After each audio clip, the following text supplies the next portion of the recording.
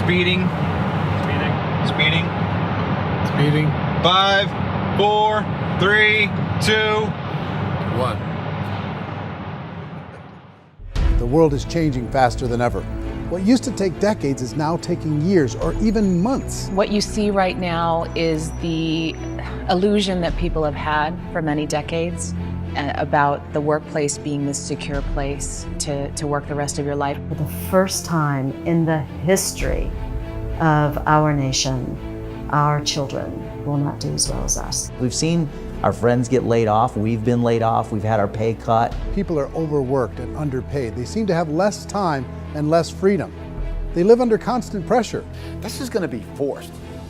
And so even if your employer loves you, they may have to cut you. There's something wrong that on Monday morning, the heart attack rate increases by 35%. Technology is accelerating, job security is declining. It just doesn't seem like the old models of making a living are as reliable as they used to be. Every aspect of our lives, there's a better way out there, but we're still doing it the old way. We live in the greatest country on the planet, and there are a lot of people sitting around complaining and being cynical. Like everyone's whining about this old model, and I'm like, why don't you leave it? Look at all this over here, look at all this opportunity. Since so much of our lives revolve around our work and the way we make our living, many people are thinking there just has to be a better way. The biggest challenge facing our world today is not making money, is what are we going to do with all the displaced, unemployed people? People are afraid that they're going to make the wrong decision. People are afraid of the unknown. People are afraid that maybe I don't have the skills. Hey, sports fans. Industrial age is over. It's dead. It's dying.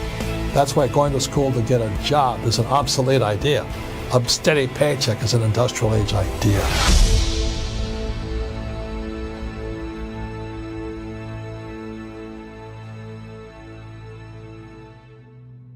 It's the search for answers that has brought us here together today. My name is Eric Worre, and for almost 30 years I've been an entrepreneur, struggling at times, but ultimately succeeding. As a best-selling author, speaker, and business owner, I've spent my entire career helping millions of people around the world to become entrepreneurs. And I believe strongly that there is, in fact, a better way when it comes to how we make a living. The career landscape has changed dramatically, and many are still working in a model that is completely out of date. What worked for previous generations isn't working as well for people today. In this film, we're going to explore 3 important questions. First, what's really going on in our working world today? Second, in this new economy, is it better to become an entrepreneur, or is it safer to work for someone else? And third, if a person decides to become an entrepreneur and start their own business, how can they do it without taking on massive risk? To help in this journey, I've brought together some of the greatest experts and thought leaders in the field of entrepreneurship to share the real facts with you. My intention is to give you new information that will allow you to make choices that are not limited by an old, outdated model. Let's start by understanding what's going on in our working world today.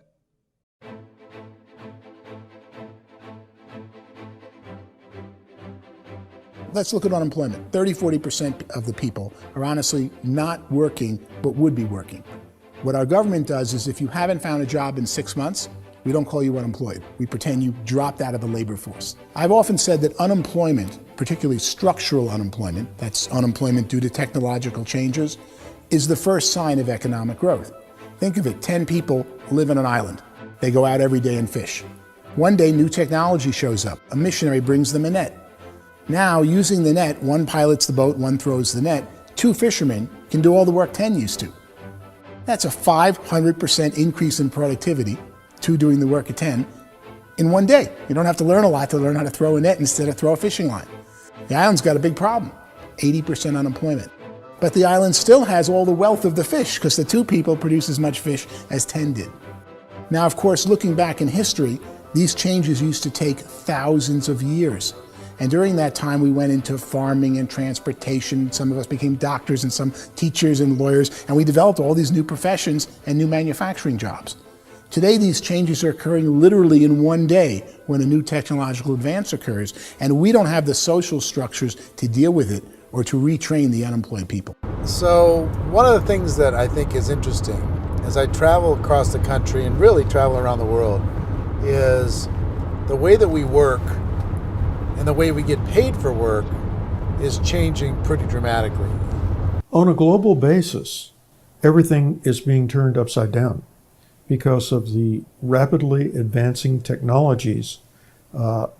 They are eliminating many jobs, and we have been left with many people not prepared for the jobs that exist. A lot of demand in public companies was to squeeze out all the fat and to get just as much margin as we possibly could, and fat equals humans. So this idea of job security in information age is so obsolete, but it's still taught inside our school system, and that's where the problem starts. There's no financial education in the school system, and people are still trained to be employees to work for that paycheck. This is a chart on the middle class. What's happening in the middle class, those that went to school, their incomes have been coming down for years. And parents still say to their kids, go to school, get a job. Now what happens to all those middle class people who are dropping off the ends of the chart? Well, they become what's called working poor. And this is what happens to working poor. But they say poverty is ending. Well, poverty may be ending, but working poverty is going up. And this is food stamp usage. So food stamp usage in America is going through the roof right now, because people cannot earn what they call a living wage. Most people have experienced financial pressures that I think are probably greater than they have been in the past. If you're not working for yourself, then it's going to be a pretty hard road for a lot of people. Today, if you're going to control your future, the 40-40 plan is gone, where you can graduate from college and get a job and work for 40 hours a week for 40 years. That day is gone. So some of these charts actually tell you what's going on. And this is a really interesting one, you know. People are going back to school because if I go back to school, I'll get a nice job.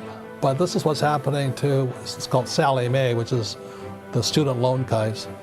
Student loan is going through the roof. It's now over $1 trillion, and student loan debt is worse than credit card debt. So when people stopped using credit card, the government got people into student loan debt. And the problem with student loan debt is you can never be forgiven. See, with credit card debt, you can declare bankruptcy and all's forgiven. But student loan debt, you can declare bankruptcy, you still owe it. It's the worst of all debt. But this is the next picture. Look at this chart here. This is what's happening to wages of college graduates. It's going down. So you go to college, you rack up all this debt, but you earn less money. Now, that's not that intelligent. Average person who's been working a lifetime in America today is ending their lifetime at 65 with about $41,000 in assets. They earned just enough to survive. I think in the United States we have something like 17 trillion in debt. That's just the federal government debt. We got another 2 in municipal and in other, let's call it almost 20 trillion government. We've got 40 trillion in private debt. That comes up to close to 60 trillion. When you then add something we never had before, what you were talking about, when we look at the unfunded portion of Social Security and primarily Medicare, Medicaid, that at the most conservative estimates from outside firms, Kleiner Perkins, 67 trillion and growing. That's more than all our other debt. There's less conservative estimates that say it's 84 trillion or higher. I added up conservatively $127 trillion in total debt. Debt is a financial drug. When you take it to excess, it's like taking a drug. Yeah, it makes you feel better, it enhances your performance, but at a huge cost, eventually it kills you. And so that's what happens. We keep doing more and more debt, and you get less and less results, just like a drug, until the debt gets so high that it crushes the whole system. That's where we're at, 8.2 times GDP. You know who I feel sorry for? I feel sorry for the person who dreads going to work, who is sick to their stomach on Monday morning, who hates their alarm clock, who gets a little glimmer of hope on a Wednesday because it's hump day and says, thank God it's Friday. And they live for those 2 days a week where they get to be themselves and they don't have to be around people they don't like, and they don't have to play the political game in the office, and they don't have to live this half life. The person that works 50 weeks a year just to be able to have the 2 weeks for vacation. And you know what happens to most of them nowadays? They don't have a vacation. They have a staycation. They have time off of work, but they don't get to go where they want to go because they're overextended. They've got all this debt. They got all this situation. They hate their alarm clock. They can't sleep until they're done. They have to spend most of their life in traffic. I feel sorry for that group of people because there's a better way. They just don't know it. I see this really interesting attempt at rugged individuality in a 6x8 rectangle. And I feel like you're all the same, except for the little push pins of the pictures. There's different pictures. Yours is named Jenny and his is named Sujara, but it's the same people. And this is how they are, and they're just like the zombies, and there's no joy in there, there's no fun. There's always like the wacky woman who decorates her cubicle, and that's the most she can do there. You got to give her credits, right? The wacky cubicle woman. The basis for their life is worry. I'm worried, you know, maybe I'll get fired. I'm worried maybe my company will go out of business. I'm worried I can't keep spinning the plates on paying the bills. I'm worried about how do I send my kids to college. I'm worried, what if the transmission of my car breaks? That's, you know, 2 or 3, I can't fix it. People live in a sea of worry, and it eats at them. Those signs that people held up during the Depression didn't say looking for gainful employment in a cubicle. It said looking for work. Work is what we're looking for. Job is just a unit of measurement. Work is what we're going after. It's time to look in the mirror and say, it's not the economy, it's my economy. It's my little world of where I am. I need to improve. I'm not going to wait for the economy to come back because frankly, the economy is doing great in this country. So I'm here on Wall Street, the financial center of the universe, the financial capital of the world. This is where most people's money goes to at least be held for a time, right? With interest rates in banks being effectively zero, and many experts are predicting it's going to stay at zero for the next 10, 20, even 30 years, people feel like they don't have any choice but to put their future into equities, to put their future into the hands of other people on this stock market, and hope that the stock market goes up, hope that the stocks that their advisors pick or that they pick goes up. That's one way to go, I guess. It's my personal belief that if you put your future into the hands of yourself, in other words, you have earning power by yourself, I think you're a better investment than these guys. I think you controlling your future is a better option than handing over your retirement to these guys. The average household income in the United States is approximately $50,000 a year, what they call the middle class. To reach the top 25% of income earners, you'd need to earn at least $90,000 a year. To reach the top 10% would be a household income of $140,000, the top 5%, $190,000, and to be in the top 1%, you'd need a combined household income of at least $380,000 a year. So here's the question. What do you think would give you the best chance to move up and get to the top 10%, the top 5%, the top 1% or beyond? In my opinion, and in the opinion of many, many experts, the answer is to become an entrepreneur, to become your own boss.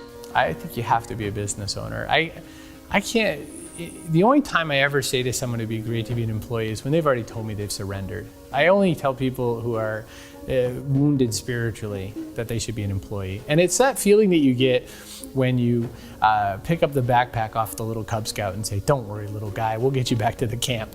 You know, it is in no way a kindness when I tell someone they'd be a great employee. The other status symbol really increasingly is lifestyle. I mean, people can own their own business, maybe even work out of their house. That, I tell you, people admire that, like, gosh, I wish I could do that. The spirit of the entrepreneur is to be a risk taker and to be resourceful and unstoppable and to have a vision of yourself beyond where you are and not willing to settle for life as it is. Think about the great entrepreneurs. They're visionary. They have heart. They're willing to do today what others won't so they can do tomorrow what others can't. Personally, I don't think of the new economy, the old economy. I create my own economy.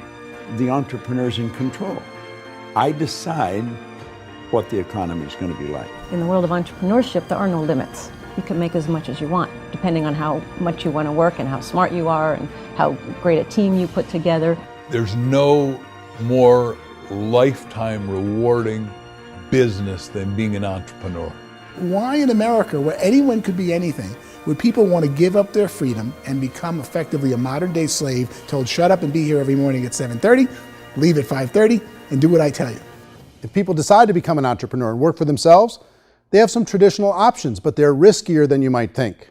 Any kind of a retail business, retail build-outs, is extremely expensive. Even just these small little yogurt stores where they're putting little yogurt machines and you get all the different flavors, you're spending $200,000, $300,000, $400,000 to open a yogurt shop. I would love to buy a Dunkin' Donuts, but it's $500,000 or so to start. I don't quite have that just in case money. Risk you can lose it all, and most guys do 2 or 3 times, and even big guys like Branson, because I'm such a fan of his, half his companies don't work. If you make $1 million, your problems are going to go. If you make $1 billion, your problems are really going to go. Just the opposite. You and I know when you're making $1 million, you got $1 million responsibilities. You make $1 billion, you got 1,000 times $1 million responsibilities. And most people say, I'd love to be my own boss. 70% of Americans would love to be their own boss, according to recent polls. But they don't know how to get there. Because what are you going to do? One, you could buy an existing business. If somebody's selling an existing business, you have to ask why. Usually because it's probably hard. It's probably not making as much money as they hope. 2, they could buy a franchise. A little less risk, proven system, but it's expensive to be able to do that. 3, they could start something from scratch. And that's where a lot of people feel like, I don't have the chops to do it. I don't have the money. I don't have the product idea. I don't have the expertise. I don't have whatever it's going to take to be able to get there, and I can't risk my family to do it.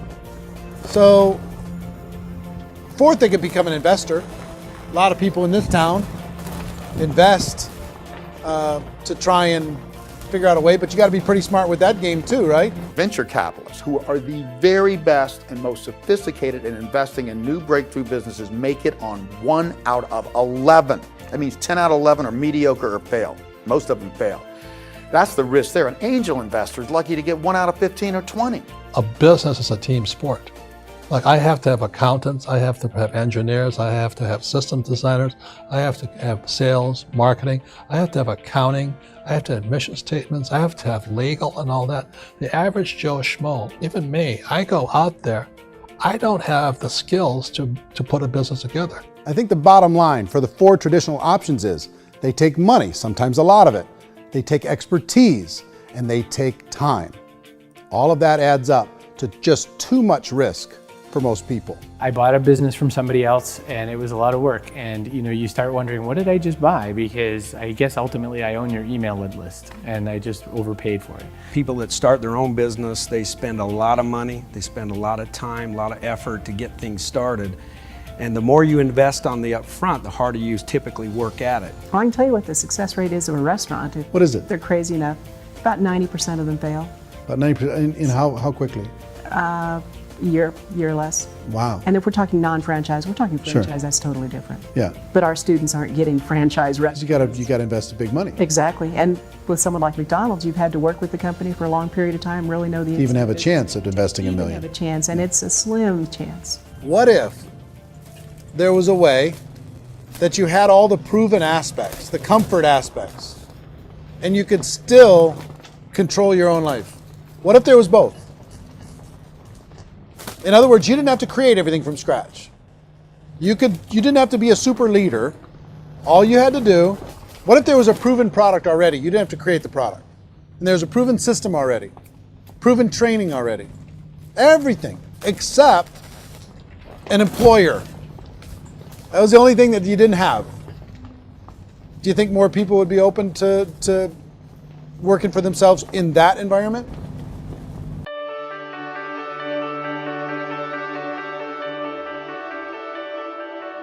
In our search for a better way to make a living, we've come to the conclusion that becoming an entrepreneur is actually safer than being an employee. And through our look at the entrepreneurial options, one particular path kept coming up from expert after expert. And I think most people will find it surprising because it's certainly a non-traditional business model. That model is for people to start their own business and become an entrepreneur through the creation of a network marketing business. Some people call it direct selling because the product is being sold directly from the manufacturer to the end consumer, cutting out the middlemen. Other people call it multi-level marketing, or MLM, because there are multiple levels of commissions paid. The most common term today is network marketing, because network marketing best describes using a large group of independent distributors, independent entrepreneurs, to move a product or service more efficiently. So my friend here, Donald Trump, and I, we always write about the network marketing industry. And the reason we support the network marketing industry is because it really is a business school for entrepreneurs. Because most people come out of school looking for a paycheck. Oh, that's terrible. I went to network marketing like that. I think if it didn't exist, we should invent it. It is that good. I think direct selling is a great way to do business today. It's very easy to get into that industry, and you can be self-employed, be in effect an entrepreneur. When we see multi-billionaires adding network marketing companies to their portfolio of companies, that would be a clue. When we see people who are very famous authors and very famous business people endorsing the industry, that would be a clue. These network marketing companies aren't $50 million companies, they're billions and billions of dollars. They lead the stock market, they're major companies. When we're going to get it? You know, and you're going to school to work for a paycheck, but if you want to be rich, be an entrepreneur, and network marketing gives you the spirit to be an entrepreneur. A traditional company will spend up to 50% of their total revenue on marketing. Network marketing companies use a different approach. Instead of having all that extensive marketing expense, they utilize a network of independent distributors to do the marketing for them. Now, why do they do this? First, because word-of-mouth advertising is so much more effective today than traditional media advertising. Second, some products need to be explained or demonstrated, and an independent salesperson can do that more effectively than an ad campaign. Third, it's completely efficient. The company only pays for the marketing of their product if a sale happens and not before. Imagine if Amazon allowed you to become an independent distributor and paid out 40% of its revenue to that distributor group. All you had to do as a distributor was recommend a product, and if a person bought it on Amazon, Amazon would take care of all the logistics and you'd get paid for bringing the customer. Now imagine you got paid for every purchase that customer made for the rest of their lives. Well, Amazon doesn't offer this option, but network marketing companies do. 85% of all buying decisions in our society are made as a result of word of mouth or reputation. We're recommending things to each other all the time. You know, who's your dentist? Who's your doctor? Who's your lawyer? What detergent, are you using? What legal system are you using? What product are you using? We're talking to each other about the things that we love anyway. When you go into a big box retailer, you're lucky if the clerk looks you in the eye, much less gives you any detailed or accurate information about what you're purchasing. So of course, this personal information, this education coming from a friend, a neighbor, a relative, or even a stranger, but one who has experience with the product is extraordinarily valuable. As a matter of fact, network marketing can educate consumers probably better than any other form of marketing. It certainly can do better than advertising, because advertising usually has a certain hype to it and you can only get limited information. So, network marketing trumps advertising. If you were a typical sales company and you wanted to sell $1 million a month worth of product, you might go find 100 superstar salespeople. The quota would be $10,000 a month. So network marketing as a distribution system just flips the numbers. So we use 10,000 happy, raving fans of a particular product, and we don't concern ourselves so much with how much product each one of them individually sells. If they sell just $100 or $200 a month, and there's 10,000 of them, you're selling $1 million to $2 million a month worth of product. And that's the best way I can explain how network marketing works. This is the marketing arm of the company. There's not money being wasted on bricks and mortar. There's not money being wasted on inventory that's sitting stagnant somewhere. There's not of employees standing around that don't have customers. These are people that are going to connect with customers. These companies allow people to become independent distributors for extremely low cost and with no minimum time or sales quota. Essentially, they own their own business and can provide as much or as little sales as they choose. In other words, the distributor gets all the benefits of traditional business ownership without the risk. The advantage of network marketing is the ease of entry, the low risk, and the low startup cost, because almost everything else has very high risk. You can get in for a minimal investment. You're buying into a system that's already been proven, products or services that have been proven to work. The keys to network marketing is providing an opportunity for the masses to get involved, providing an opportunity for the average person who doesn't have the resources to start their own business.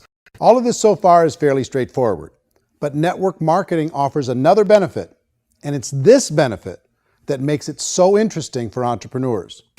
Network marketing allows a distributor to build their own network of other distributors and then compensates them on the sales created by that entire group. Direct selling is, at its base, very simple. It's the sale of a product or service to an individual on a face-to-face, one-on-one basis, just the way we're talking right now. But there's an important element as well, and that's the offering in conjunction with that sale of product, the offering of an opportunity for someone to make something of themselves. No matter what your social status is, no matter what language that you speak, I mean, look how many unbelievable people are becoming successful that speak every kind of language out there. What an awesome gift to give the world. Instead of having to work your way up in a system and prove that you could be a sales manager, they just decided everybody can be a sales manager. Everybody gets to build a sales team from day one. And so what that brought into the system of growth as a direct selling company is the concept of compounding or geometric progression.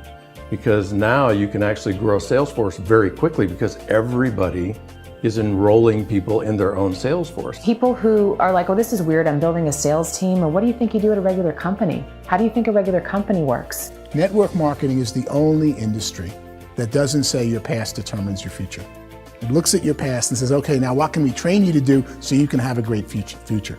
Every other employer out there wants to exploit you for what you already know, not teach you something new. Network marketing has the potential to save the United States and the world because it's going to teach people not to be employees, but to be entrepreneurs.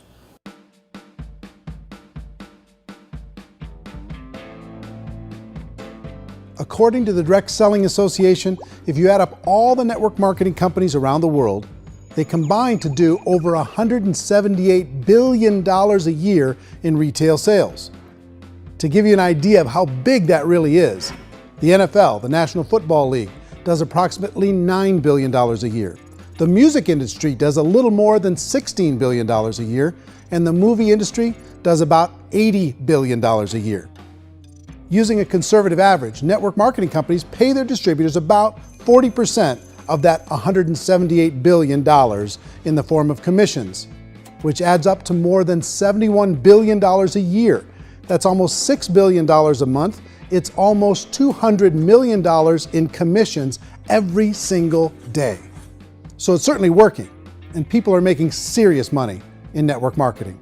With the growth of the direct selling industry over the last 10, 15, 20 years, we've seen a broader understanding of the channel. We have seen more and more people getting involved in the business, so our penetration in the marketplace has increased, and thus the understanding in the marketplace of who we are has increased. And we've seen non-direct selling companies look at the direct selling model and say, something's going on there. People are making money, companies are being profitable, individuals are being motivated, product is being delivered to market. Maybe we should explore this. Some people think only the people at the top make money. Well, let's take a look at that as well. In the network marketing profession, there are roughly 500 people in the world who earn over $1 million a year. If you round that number up to $2 million a year, that adds up to about $1 billion a year. That takes the $71 billion paid out each year down to $70 billion. So where does the rest of the money go? The vast majority goes to part-time people making anywhere from a few $100s a month to many thousands of dollars a month. It goes to people who choose to make it a full-time career move and earning even more than that. Every day, people are using the money they earn through network marketing to pay off debt, have more fun, and improve the quality of their lives. Everyone I know in network marketing has been doing that since the 50s. They go to work when they want to go to work. They stop working when they want to take time with their children to have a leisurely breakfast and discuss issues and drive them to school. They go back to work when they get home, wherever they're working out of. The biggest thing that I've seen is people that have become much happier in their life. MLM has probably made more millionaires of more people in more countries, and I've spoken to them in 67 countries, than any other single form of business, starting from nothing. If they have a choice between working a job for the next 10 years or working a network marketing business for the next 10 years, the result of working the network marketing business will be better. A lot of people within the industry go on and make this a career and do extremely well at it. Network marketing has been nothing but good for everyone I know that's been involved with it because they did it seriously and they played full out and they've been very successful. It's been a constant barrage of success stories and people showing off stuff that they got as a result of it. How many people are involved? Approximately 16 million Americans and 96 million people around the world are currently participating in network marketing. And in a recent poll, 82% of those people report a good, very good, or excellent experience with network marketing. So people are happy.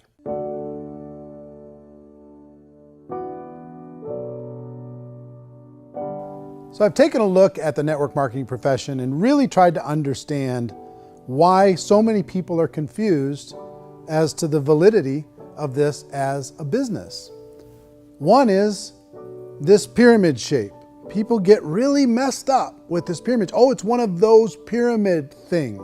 So I just think there are a lot of haters out there who really don't understand the industry and say, oh, it's a get-rich-quick scheme. It's a pyramid. Well, corporate America is a pyramid scheme. You know what I mean? It goes like this. You have thousands of MBAs, let's say working for Ford or General Motors or Coca-Cola. If all these MBAs, they're all trying to get to here, that's a pyramid. Only one guy's going to make it. Every 10 years, one's going to make it. Whereas you look at network marketing, it's like this. So you're here, and your job is to develop other CEOs coming up behind you. So it's an inverse pyramid. In network marketing, it's a very simple concept. If you sell product, you get paid. It is paid based on production. There is no first mover's advantage. There is no investment component where the more somebody spends, the more they're entitled to make. So the two are polar opposites of each other. It doesn't matter what shape the company is or the compensation plan is shaped, whether it's a circle or a pyramid or a triangle or a trapezoid, it doesn't matter. If compensation is coming primarily from recruitment, then you got a problem. On the other hand, if an operation is basing their compensation to participants on the basis of sales, even when those sales are generated by people you've recruited, well, then you're a perfectly legitimate enterprise. That's the legal test, it's the practical test. Another issue that's been true in the past that is no longer true now is people used to be in network marketing loaded up with products that they couldn't sell and they ended up a loser. They ended up with a bunch of product in their garage, they ended up with a bunch of products sitting in their kitchen shelves or whatever, and they thought they could sell it and then they weren't willing to or able to sell it and they ended up with a bunch of stuff and they were bitter about it. There was this thing called front loading where you had to buy if you bought $25,000 worth of product, you got better commissions and all this. Today, it's almost all done by computer. It's direct mail comes from a warehouse somewhere else. You don't have to have all this inventory. You don't have to stock up. It's a paperless world now. Most of it's done online. You have a back office. It really works. And the technology has changed everything. Third issue is people start talking about 99% of people in network marketing don't make any money. Well, we've talked about that over the course of this journey together. Almost $200 million a day is being paid out to network marketing distributors around the world. The naysayers, the people who say that it doesn't work, are usually the ones who just don't know how to make it work for themselves. And so they're giving you an opinion, and I tell people, don't confuse people's opinions with expertise, because opinions are free. And don't confuse sincerity with the truth, because people can be sincerely wrong. But here's the reality inside of network marketing. The vast majority of people that get involved in network marketing just become customers and they get involved to be able to purchase product at a lower price.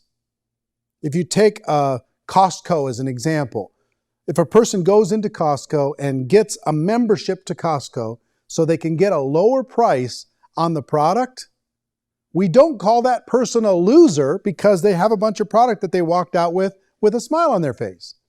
Yet when some people want to take a look at network marketing, they say, well, those people, they're just using the product and they aren't earning an income, so they must be a loser. They're not a loser, they're a happy customer. That's the vast majority of people that are involved in network marketing. Now, a smaller percentage of those people decide to go build a business. They earn $300 a month, $500 a month, $1,000, $2,000.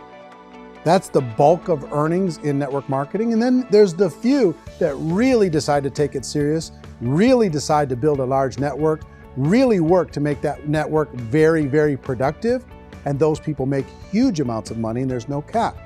What I do as an outside economist, just somebody looking at this industry like any other industry I speak and say, look, what's the realities of this? 1% do incredibly well. 10% generate some additional income at pretty low risk and effort. That's not, and 90% of people roughly end up customers. One thing that I think is real when it comes to people's perceptions about network marketing is people put this, and distributors, I think, involved in network marketing have some responsibility for this. They have sometimes unrealistic claims about the product or about the income. Most people who become distributors, they want the money, they want to be successful, but they don't have the skills. They don't know what to do. And when people don't know what to do and they're in a new business, they're scared. And when they're scared, they panic and desperation kind of sets in. So they think everyone they talk to has to get in. So if I talk to you and you say, well, no, I don't have time to do that, they're like, no, I need you. You have to do this or I won't be successful. So I start clawing on you. I start that desperation. So then I start making claims about the product, which are not appropriate, probably not even true. Or I start saying, oh, let me show you how you can make all this money and you don't have to do anything, Eric. And so you just totally misrepresent the opportunity, and you're clingy with people because you think you need everybody to be successful, and you don't. You know, one of the messages that I try to deliver most forcefully to companies as well as salespeople in direct selling is that you don't have to overpromise. The reality is in network marketing, there's a lot of hard work involved. There's a lot of effort. You're going to have to develop yourself. It's a business like anything else. It's going to take some time, but in my opinion, it's better.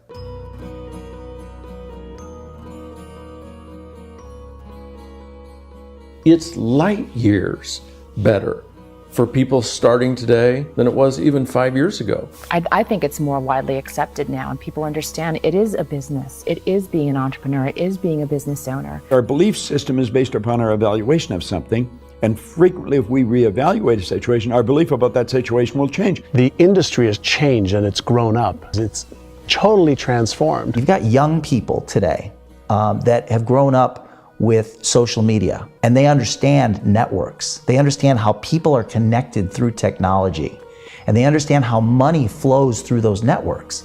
So when they see network marketing, they don't see it the way their parents saw it. And we've all learned, the larger industry that you represent, has all learned from those mistakes and flaws and errors that have happened early on. Early algorithms didn't work the right way.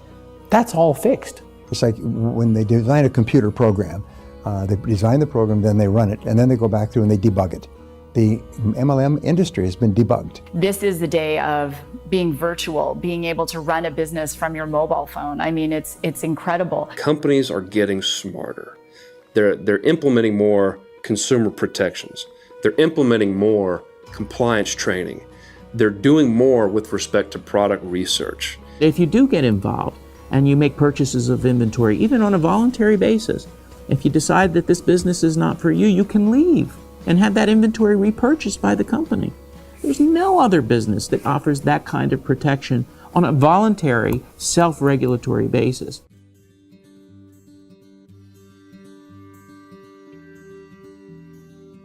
If you decide to look further into a network marketing business in order to generate more cash flow for your family, I would recommend reviewing the following 4 elements.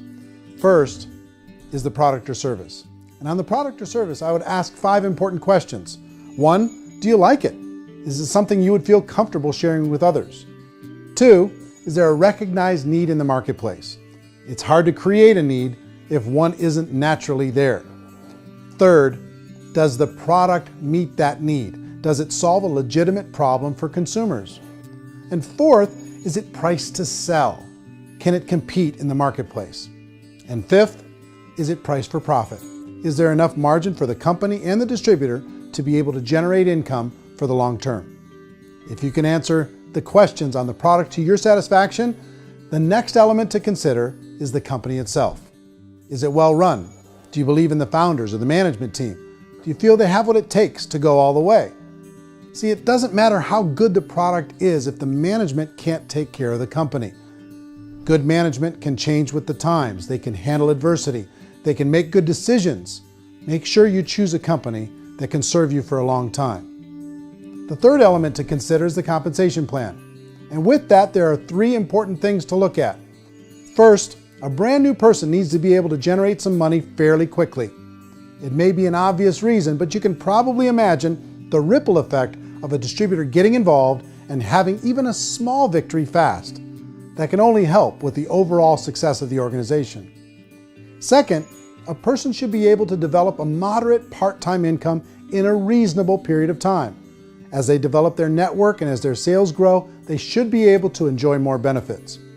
And third, for the people who are really serious, for those who decide to really go pro in the network marketing profession, there should be the possibility to make a serious full-time income if they work hard and are committed to developing their skills.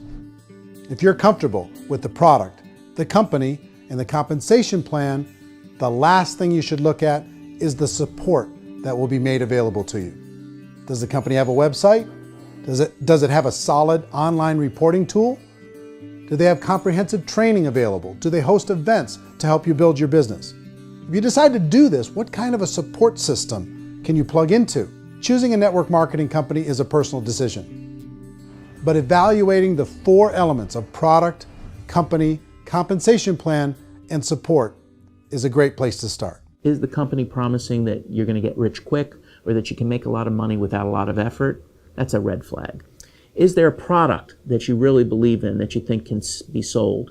Or are you being told by salespeople or the person who's trying to recruit you or by the company itself that don't worry about the product, all you have to do is recruit other people into the business? Red flag, warning sign. If you're hearing that, take a second or even a third look. Get to know the customers, the products, the business, have some success, and see where the opportunities might take you to move up in the organization. You want to find out how concerned are they about my education, my training, and my development? Is there a space for me to grow?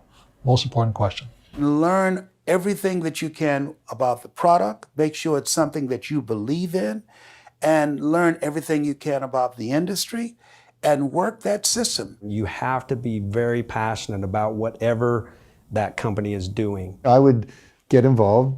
You can always test drive anything, the product, the service, the community, and then lean into it a bit. If it feels good, then lean into it a lot. Behind me is the Lincoln Memorial. And this is a place where Martin Luther King Jr. had his famous "I Have a Dream" speech. And at that speech, he talked about his dream for equality for everyone around the world, and that's a noble dream. But I think more people need to remember what it was like when they were kids and the dream was still alive in them. Before it got beaten out of them by reality, by this paycheck, by these responsibilities, and by having to live for this job to pay the bills. I think people need to remember that, go back to that. Once they know that there's a better way, I think their future is going to be much brighter. They can live a better life.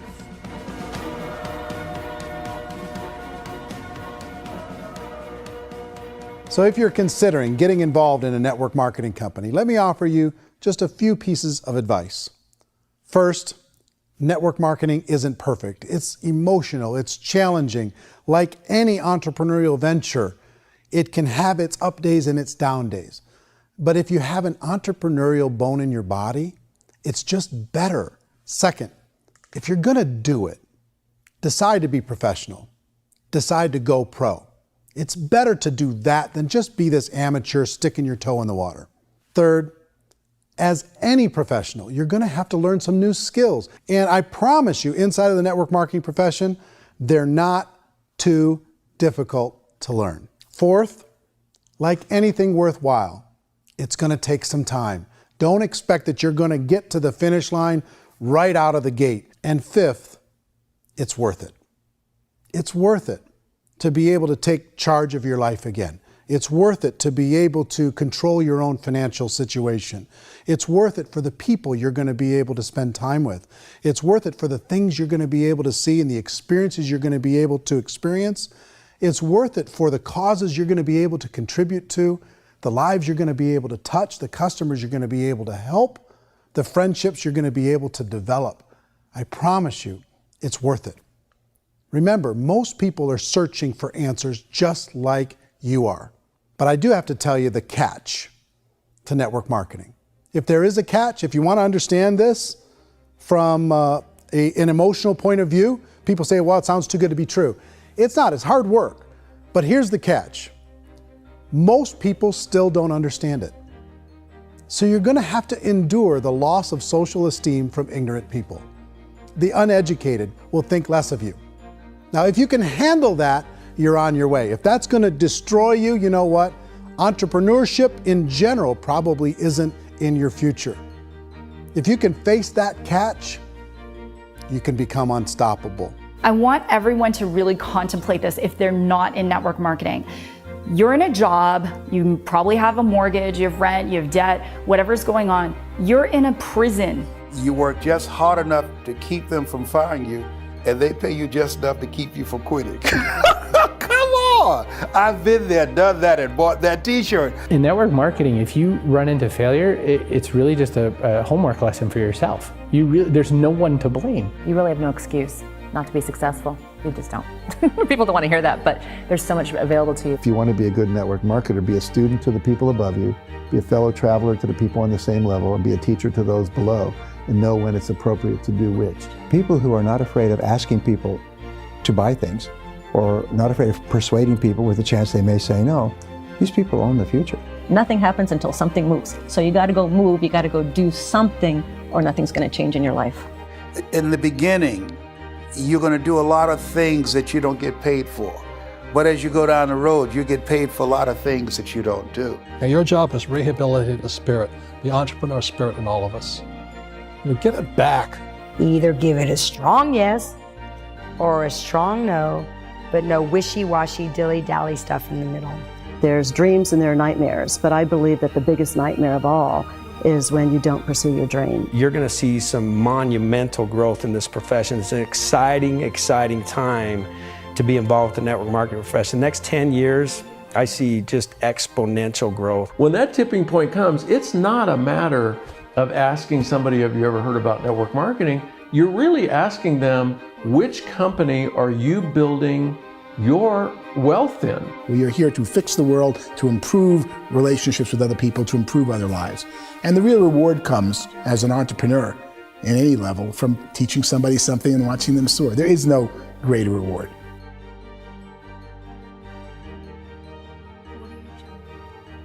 Life's too short to spend it living someone else's dream instead of your own. It's too short to spend it living at a fraction of your potential. Can being an entrepreneur be a challenge at times? Sure. But here's what you get in exchange. It can be yours. Something that you built, something that you created, something that you made happen. This balloon represents your dream. It represents entrepreneurship. My wish for all of you is that you would reach out and grab it. The choice is up to you.